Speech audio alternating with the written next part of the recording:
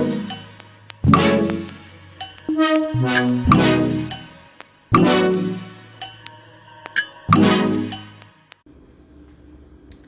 good morning, good afternoon, good evening. It's Mary here. I making this quick video. This little baby lock is just not gonna ever do right. It gets like a certain length and grows. It grows a certain length and then breaks off every time. So I'm about to color my hair back black. About to go back jet black. The blonde was cool for what it was, but I'm not really feeling the ombre. I'm not a big fan of that. And another reason I want to dye my hair back black is because I don't like it being so golden around my face. So I got this Dark and Lovely jet black, about 3 of them. I figured if I don't use all 3, I can just take whichever one is unopened back versus buying 1 or 2 and then not having enough. Because even though only the front part of my hair is jet black, I'm gonna color the entire head, my entire head jet black. My loctician is going to kill me. However, I want my hair to be black, and I don't want to wait, so I'm gonna do it.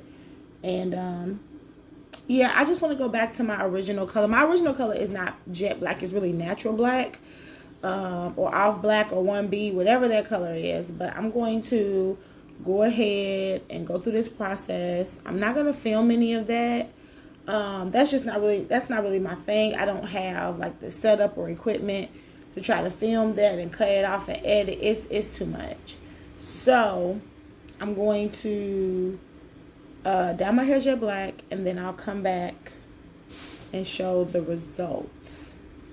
So blonde was fun. I had this for a little over a year, but just want to go back to my black. They say once you go black, you never go back. Does that really apply in this situation? Because I was already back. Then I think it's too much. But anyway, yeah, I'm about to go ahead and let this go. It was cool for what it was, but I just prefer black hair. That's it. I just think it fits me. It's my original color. All right, I'm gonna do this. Never colored my hair before, so I'm gonna follow directions to the T. Watch a few YouTube videos, and then we're going to see how it turns out. My 14-year-old is actually going to help me. Yes, my 14-year-old. And we'll see how it goes. I'll be back in probably a couple of hours. So I think the rinse out process is what takes the longest. All right. See you then.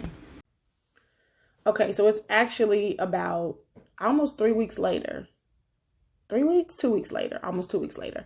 I dyed that video, that pre-clip was August 17th, and today is August 30th. So yeah, it's almost been 2 weeks since I dyed my hair. And here are the results. And so since I'm doing this update on dyeing my hair, this video is going to have like 2 purposes. It's going to be talking about the hair dye, and then also giving you my 33 and then 34 month update. So what's that, like 2 years and 10 months? So that's where I am, almost at 2 years and 10 months. It'll be 34 months on September 5th. So yeah, that's 2 years and 10 months. Wow, it went fast. So about the dye, in the pre-clip, I talked about how I just kind of was over it, and how the color kind of started, it was so close to my skin tone, like it kind of washed me out a little bit. So I just decided to change it. You know, I had been thinking about it for a while, and I wanted my loctician to do it, but she was still going through her coloring. She's taking classes for, I guess, getting her license in coloring or becoming certified as a colorist. And I just didn't want to wait anymore. So I just went and bought some box dye that you saw in the pre-clip. And that dye only came with like 3 things in the box. It was like the actual like color, and then I guess like, I don't know what you call it, but whatever activates the color. And then it came with like a tube of conditioner. And so like on the videos I watched, it said some people shampooed after they put the color in, but I didn't. I followed the instructions. I bought 3 boxes. I used 2, so I returned a box. It was a Dark and Lovely, and it was $5. My 14-year-old daughter actually helped me, and she actually did like a really good job. Like, so she was doing one side and I was doing the other. And it took about, to get all the dye in my hair, it took maybe like 30 minutes. About 25, 30 minutes. We were like really rubbing it in and really trying to make sure it was, you know, covering the color. And then I decided to do my whole head because my natural color is not jet black. It's a natural black, that 1B color. So we did that. I put a plastic bag on, and for another 25 minutes. So, no, another 30 minutes. So it took about 25 minutes to put in. I sat with it for 30 minutes. So it was about almost an hour. Then I washed it out. It took about 30 minutes to wash out in the shower. It was super messy. And then I just put the conditioner on it and then washed the conditioner out. Now, those little tubes of conditioner did not cover my whole head. So I had to use, I had some Cream of Nature conditioner, and I just used that, and I haven't had any problems. My first time washing it was yesterday when I went to get my retightening done. So this is a fresh retightening. My hair is naturally frizzy. So that brings me to my updates. So my hair being naturally frizzy is not an update. Okay. But the way that my hair grows in my locks, so my loctician told me that my hair naturally grows outside of my locks. So she said it's just the way your hair grows. There's nothing you can really do about it. Because I was like, well, I said I tried wearing a bonnet more, because I really don't. Like, when I tell you hair freedom, I just be like, I don't have to do nothing to my hair. Like, I don't be putting no bonnets on. And the con to that is that I have a lot of lint. So she basically told me it just makes your parts look less neat. And then when I have a fresh retie, it still looks a little frizzy. But like, I mean, to me, the parts look okay. If you look at it, it's very frizzy, but that's just my hair. But the parts, as far as like how my parts look, I'm okay with that. Like, it don't have to be super neat. Like, I'm past that phase. Like, I went through that. My hair had to be super neat when I first big chop. Like, I tried to slick it down, and because I had just came out of that phase where everything was straight and there was no flyaways. But now it's like, okay, well, I'm okay with that. My hair has grown. One of my locks got stuck on my earring. But this is my hair now. I looked at a picture. I was like, well, my hair has grown. So, I don't know if it's really grown or if it's just more full looking. So, here's my hair. Okay. So that's the length. I'm not measuring it or anything. One thing I will say, my hair is hot. So I like to keep it either like pushed back with the scarf, up with the scarf, or like in a ponytail. But the ponytails, sometimes my locks that are different lengths falls out of them. So I try not to do ponytails as much. And then they pull, because I like my stuff to be tight. So it pulls. So I try to stay away from those and maybe just kind of pin my hair back out of my face or something like that. As far as other updates, I do have like about 3 or 4 thinning locks, and I'll try to take pictures of them and insert them. It's about 3 or 4, not 3 or 4, I'll say 2 or 3. And so what I do is, if I would get my retightenings, I always put a white rubber band on my locks. My loctician, when she sees it, she was like, yeah, they're gonna naturally thin some of them. But she was like, let's just see what happens versus trying to split them and, combine them with another lock. Because she was like, sometimes it feels worse than it looks. So she's like, with your fingers, it probably just feels really thin, but it doesn't really look thin. Because she's like, you're feeling your other locks, and, she's like, it might just be a thinner part of your hair. And I remember when I was loose, that part of my hair was more prone to like thinning and breakage. I don't know why, because it's like in the middle. It's like in this part of my hair, like over in this part, and I don't know what it is. And maybe it's just probably just what my hair does. Let me see if I can find one.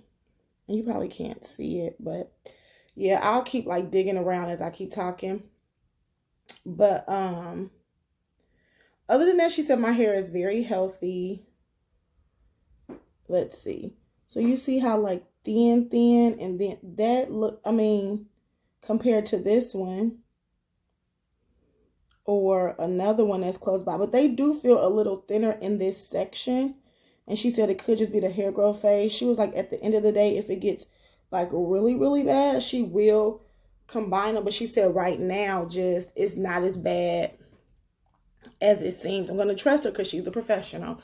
So I'm just like, okay. But I can't keep my hands out of it because I'm like, I just know it's in there.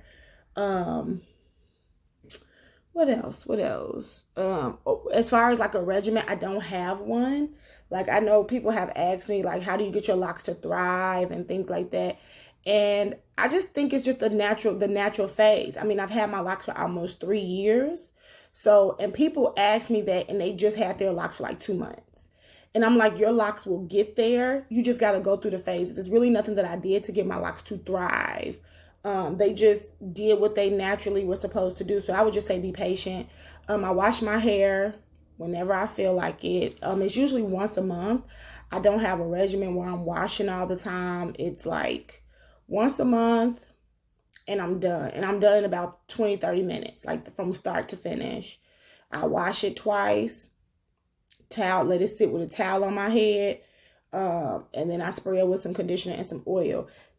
I barely moisturize or oil my hair. Like, when I tell you I do nothing, like I will go like weeks without moisturizing my hair. Like, I would probably just feel like it one day. Even when I got bleached, when my hair was bleached, I did moisturize it more in the beginning. But as that grew out, I did not. It's like when I feel like it. You know, I'm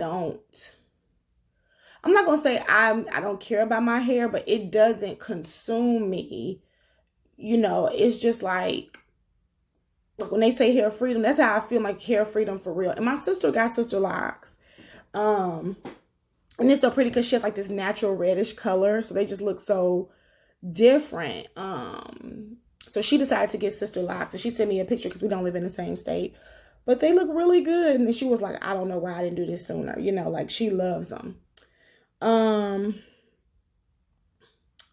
That's pretty much it for my updates. It's really nothing to update. That's it. I changed my color.